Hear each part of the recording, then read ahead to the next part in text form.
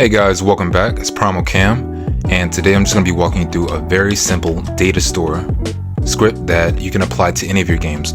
One of the most important things you can implement in your game is some sort of persistence, because the worst thing you can possibly do for your players is when they make progress in their game, they leave your game, and then they come back to your game and all their progress is missing. So that is one of the most surefire ways to make sure players never play your game again. So in order to avoid that, I'm going to show you how to create a simple data store. It's all included in one script right here, and it's free and available down in the description below. So let's go ahead and hop into it. Alright, so we're going to go ahead and hop into ServerScriptService right here, and we're going to create a data store script by going to the plus button, selecting script, and then naming it data store.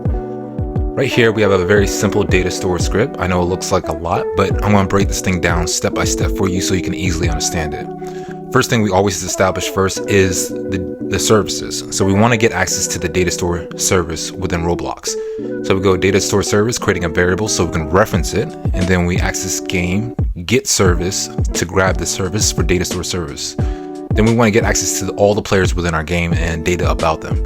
So we create a variable accessing the get service for players, and this will allow us to get information about our players within our game. Next up, we're going to create a data store. So we're going to create a variable to reference it, access the data store service from Roblox, and then get a function from that service to create a data store. So I know it says get data store. One of the biggest hangups for a lot of new beginner scripters is thinking that get means that we're retrieving all the time. Not in this case. In this case, you're not only retrieving data, you're also creating a data store as well. So we're naming it player cache data, but we're referencing it with cache store. Next up, we're going to create a default value that we can use in reference for how many seconds we want to autosave. This is one of the most important features that I would highly suggest you implement into all your games, because if Roblox decides to shut down their servers or a player's internet goes out, this is a great way of making sure that the player's progress isn't lost just because they didn't leave the game and save it. So if you're only saving every time the player leaves the game, they have to leave the game in order to save the progress. But a lot of things can happen while playing the game. Sometimes people can lose connection. Sometimes a player can have a crash on their system. Maybe their computer's overheating. There's a number of reasons why their progress needs to be saved every 60 seconds versus waiting for them to leave the game. So we want to have an autosave, and I'm going to show you how to implement this with a very simple while loop. Next up, I'm going to show you how to go about loading the player's data if they have any data to load in. So we want to access the player service right here, and then we want to grab PlayerAdded as an event, connect that to a function, passing in the player that triggered the event. The player will automatically trigger the event upon joining your game. So this player right here argument is going to retrieve the player that just joined your game. Next up, we're going to create a leader stats. If no leader stats exists, I went ahead and created one for basic reference, and we're just creating a basic leader stats folder, and we want to use leader stats spelled exactly like this with no spaces and no capitalization. And we want to parent this to the player. Now you can also parent right here if you don't want to type this part out, and it will still work. So I want you to keep that in mind as well. This will still work even if you are parenting right here. So leaderstats.Name, we want to name it specifically leaderstats. Next up, we want to access the stat value. Right now we're using cash as a currency. If you have gems, or if you have coins, or if you are using rebirths, this is a great place to store that stat. So whatever stat you want displayed, make sure that you are putting it under the leader stats folder. Otherwise, it won't show. But if you want it to be hidden and you still want to track it, just reference it to the player.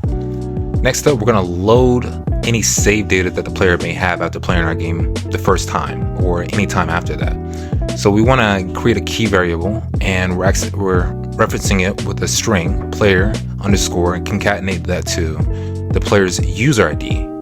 So we're using their user ID, not their name, because people can pay to change their names with Robux And if they change their name, they lose all their data coming back into our game if we're just using name instead of user ID. So user ID is a lot more persistent. Next up, we're going to run a pcall function because saving and loading data can run into errors if you are just calling getAsync or setAsync. So getAsync is always loading the player's data. And then we want to pass in the key value so we know which player's data to load if they have any data at all. So getAsync is to load player data. Next up, this is for our reference only right here as developers. If we successfully retrieve the data and there's saved data available, then we want to access the player's cache value and set the saved data from their last playtime to their current leader stat value for the stat value that you're going to be updating or loading in, which is going to be our cache.value right here. This print statement is for our reference only, and this print statement is for our reference only as well in case there's an error or there's no data to be loaded. Next up, we're going to be saving data when the player leaves. So we do this by calling on the Players service and listening for player removing event, connecting that to a function, passing in the player that just left our game. So this will pass in the player that left in our game. Then we want to create a key value variable where we use player underscore player user ID, not name.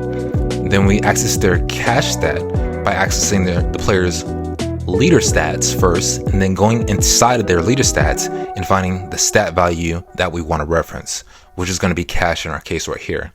If cache exists, then we're going to do another pcall function because we're setting async, which is saving data. So setAsync is to save data, and getAsync is to load data. These are the two functions that do all the heavy lifting in terms of your data store right here. So that's the load data. This is to save data, passing in the key value of whose data we want to retrieve, and also storing any stat values that we want to save with that player as well. Now, if we are successfully able to save the data, this is for our reference only. We want to print a statement letting us know for as developers that we were able to successfully save. If we weren't able to successfully save, we need to know that as well and print out the error function.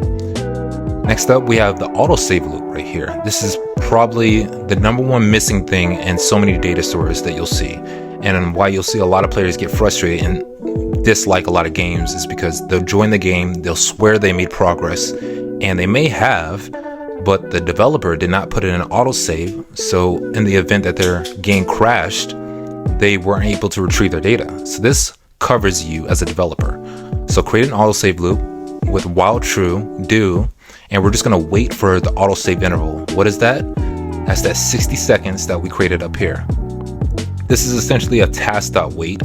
So you can change that to task.wait, which is a lot more robust. And we're just looping through all the players right here with for each player in our game. We want to get their user ID. We want to get their leader stats and look into it to find their cache stat value. If cache exists, then we run a pcall function and we want to save their data. So we access our data store, setAsync, pass in the key value of that player and the stat value that may have changed every 60 seconds by making progress by playing your game. So as you can see, it's a very simple script. It's all in just one script. You're not creating multiple scripts. It's a very simple data store script right here that is very scalable with as many stat values or attributes that you may want to save. So I hope this was simplified enough for you to understand exactly how to implement in your games, and I would highly suggest you add that autosave every 60 seconds within your data stores going forth from here, because that will increase your like ratio and that will make sure that players have zero issues in terms of retrieving any data from progress that they may have made. If you like this video, don't forget to like, share, comment, and subscribe, and I'll talk to you in the next video.